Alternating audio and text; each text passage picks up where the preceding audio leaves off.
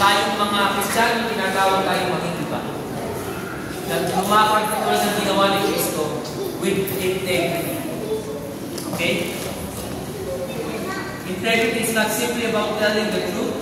It is about being whole, consistent, and faithful to God in all things, even when no one is watching. Ang totoong integridad ay hindi lang kapag nakikita ng tao na panagtapat. Kapag walang ibang nagmamasid, walang pagbuhos na sa'yo, saka ka lang gumagawa ng tama. Kaya totoong integrity is knowing na ang Diyos ay nakatingin sa atin at ginagawa natin tama despite of na walang nakatingin sa atin or minsan in spite of the situations na parang compromise. Pwede na tayo nandun na lahat ng opportunity, magdaya, manlobal, mag-stood, mag-cheat.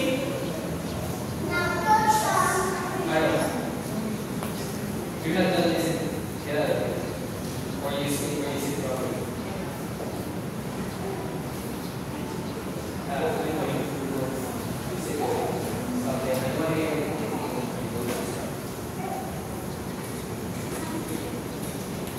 Okay, so Proverbs tells us that the integrity of the upright guides them. Integrity is not just a moral virtue, it is spiritual compass. So yung ating integridad ay hindi lang virtue, pero ito yung sabihin guide natin, moral compass. Sabi compass, diba? You know what's east, west, south, north. It guides us.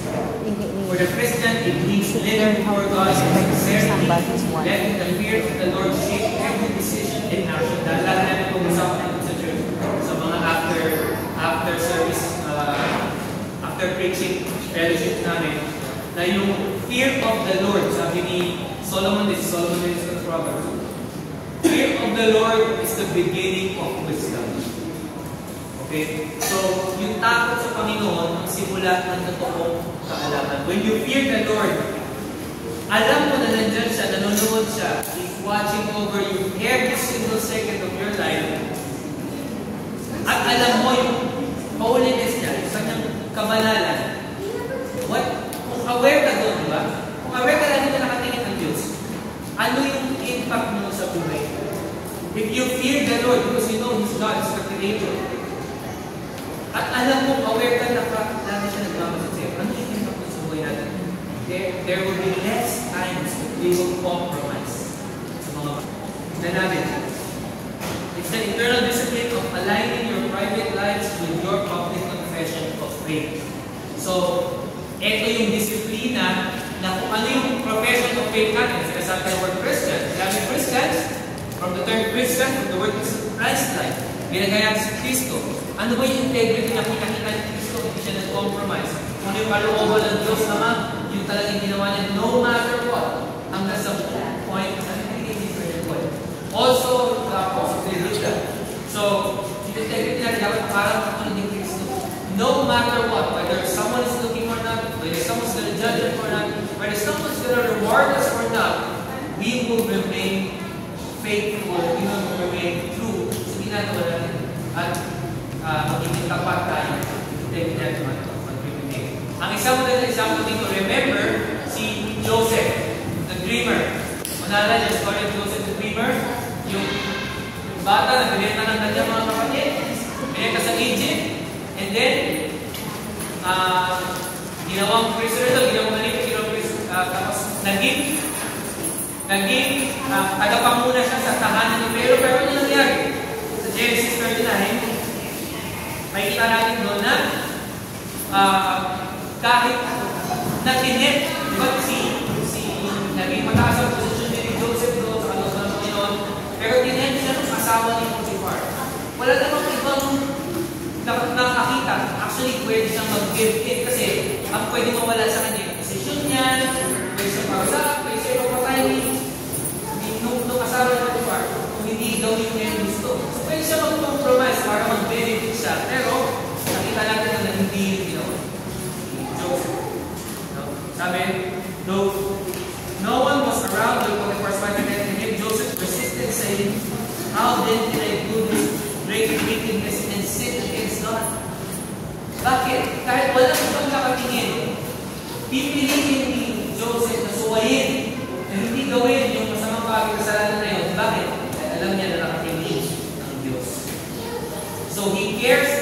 about God than whatever is going to benefit him. Are we like Joseph? Are we like that?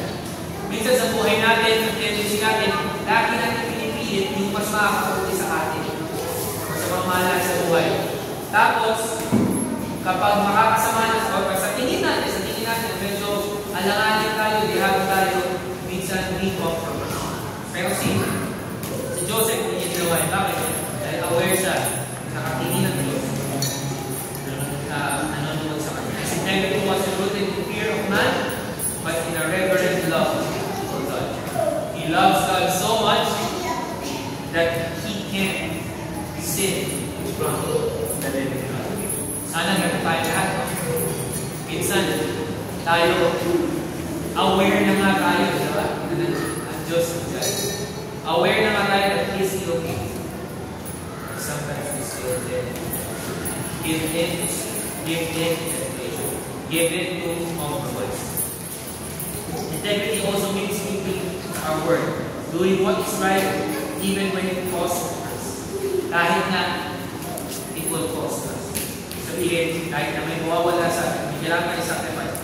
We have to maintain our integrity and refusing to share the truth for personal gain. The church, it fosters trust. In the world, it shines as a light in the darkness. Have you experienced this? Have you experienced this? Sa paligid ninyo? Sa school, sa work, outside church, of course, sa church, madaling maging godly. Madaling maging, spiritual. We talk about Jesus every time. We talk about the Lord's Prayer in our ministry. Pero what about when we're outside? Have you experienced na sinabi sa'yo ng ibang tao na iba ka talaga?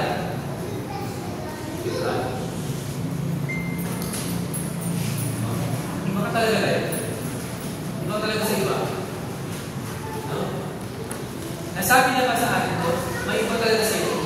May sabihin, may iba talaga, iba ka talaga. Iba, ganito, ikaw ganito. Nangyari ba sa akin ito? Naging part ng but have we experienced that? Diba sabi, in the world, it shines as a light in the darkness. Dapat ganun sa akin. Siyempre, wala naman mamamalaki sa akin na wala talaga tayo, sinasabihan tayo ng mga tao. Pero I believe as a Christian, once in your life, at least minsan, nasasabi sa atin ng tao. Kasi nag-shine, bakit? Kapag may totoo kang pananampalataya sa Panginoon, yung integrity mo, yung katapatan mo, yung kabutihan ng loob mo, kahit na mawawalan ka na, or you need to sacrifice something, nananatili yung katapatan mo sa ginagawa mo, nakikita yung ibang tao, and it shines a light. Nagiging liwanag ka na, uy, galing. Uy, despite na galing yung situation niya, actually, siya yung mawawalan pero hindi niya pinili mo. Do we experience that? I hope we're experiencing that. Kasi kailangan yun sa buhay natin na nakikita ng ibang tao. If not, our Christianity is just inside the church. And if it's just inside the church, I don't know what kind of Christianity is. Ultimately, our integrity reflects the character of Christ. He is the perfect example of sinless, truthful, faithful, and righteous. Through the Spirit, we are being conformed to His image. And part of the transformation is learning to walk with integrity day by day. Character ni Christ ang kailangan ma-reflect natin o sa atin kanina. And what will help us? Who will help us? God Himself, the Holy Spirit. Nandiyan. Have you experienced that? Na kapag nandun ka na sa point na you're gonna sin, you're gonna fall into sin or compromise, parang ang bigat, parang may kaba, parang may paalala. If you have the Holy Spirit, you feel that. Why? Because the truth lives in us. The Spirit lives in us, the truth lives in us. Walang Kristiyano na, totoong Kristiyano, walang totoong Kristiyano na continue sinning, compromising because wala lang. Okay. So, normal lang yung ginagawa lang din man lang sa mga tao. Marami din ang gumagawa, marami din ang nagtitugas, marami din ang nagkaya, marami din ang nagtitip sa school, sa mokya.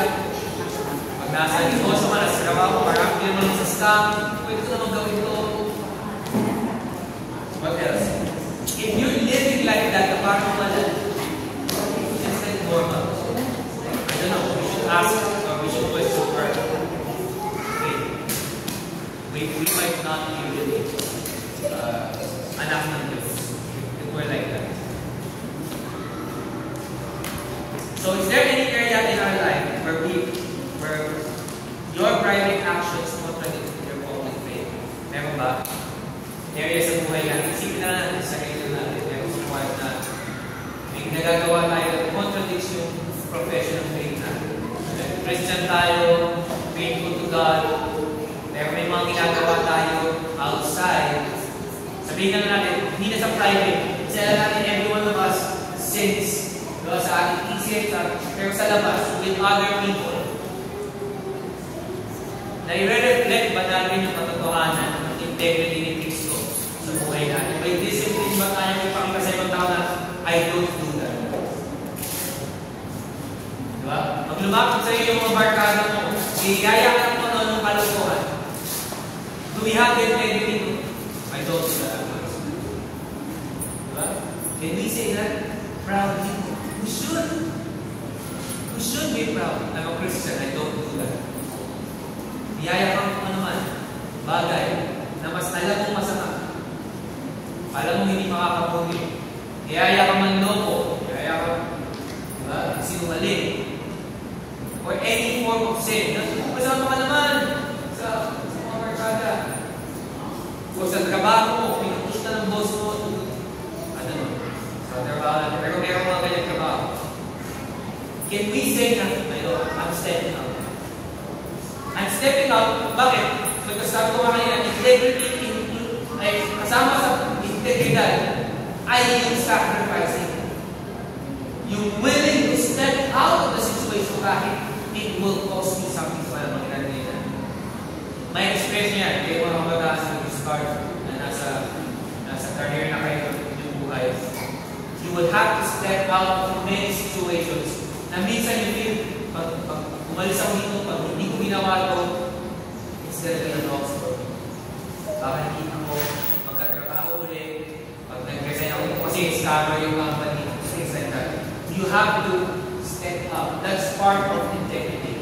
And say that, I'm not doing that. Are you willing to do what is right even when it's difficult or unnoticed? Willing ba tayo na gawin tama kahit na mahirap? At kahit na walang iba nakakapisin, kahit wala nang pupuri sa'yo, gagawin mo pa rin. Kasi alam natin na nakatingin sa tulad ng Jesus. How can you cultivate a heart that values God's approval above man? Paano kaya natin ma-practice, i-exercise, i-train discipline, integrity, silent life. How do we do that? We pray a lot. Diba? Kumalala niyo yung discipline of prayer natin before. Discipline of prayer, diba? How to discipline of worship, diba? If we pray every time without ceasing, anong ibig sabihin ba nun? You're always aware. Yun din so, discipline of worship. Kung yung step by step na yung discipline na gagawa natin, you're always aware that God is here. And if you're always aware that God is here, you're praying without ceasing. If you're always aware that God is here, and your life and everything that you do is for Him, you're having discipline of worship. And when you're having discipline of worship, alam mo na lahat ng ginagawa mo ay para sa kapulihan ng Panginoon, you will have discipline of integrity. So that's how we cultivate. We're being always aware. Meditating sa salita ng Diyos lagi sa mga ituturo ng mga elders sa church, mga teachers sa church, sa sinasabi ng Biblia, masabi natin yung Proverbs, ba? Ang ganda ng sa Proverbs, I suggest you read Proverbs, yung daily life natin, ang daming application, words of wisdom. Kung nagbabasa ka lagi ng mga inspirational quotes, magbasa ka ng Proverbs, napakaganda. Sabi ba, the integrity of the upright guides them, but the brutalness of the virtuous destroys them. So let's always remember you. To always meditate the Word of God, pray every time. We will have discipline of integrity. As well as Christ in our experience. May the hands Thank you for the word once again. Those training, we have in connectivity, Lord. Help us guide us in the motion. Thank you for the strength once again. Thank you for protecting us from injuries this afternoon. Balik yung pag-ibig dito. Tomorrow, Sunday, Lord's Day, Lord. Lord, we have next week, come back to you, Lord. Bring us back to stronger, fitter, new knowledge that we have, Lord. Apply namin these to society, praise, Lord. And bring us back to you, Lord. Integrity. With the discipline of integrity sa ating buhay. We're going to face the true battles of our life. Mula bukas, sa mga susunod na araw, the whole week, Panginoon, may we practice yung discipline of integrity sa ating buhay. Help us, Lord. Without the working of the Holy Spirit, we can never do it. We beg you for His grace. Help us out of the way. Thank you, Lord. Thank you, Lord. Sa ating sa pray in His name. Amen. Exact. Archer, come here. Go. Saisa. Saisa na kayo. Go.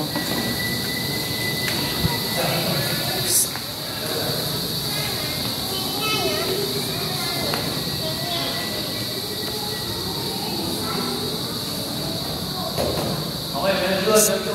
Ayos yung line nyo.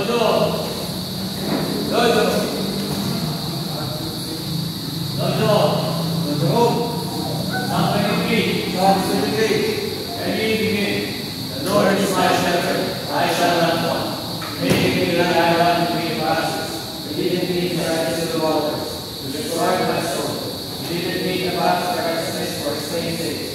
Yea, though I walk through the valley of the shadow of death, and I will fear no evil, for Thou art with me.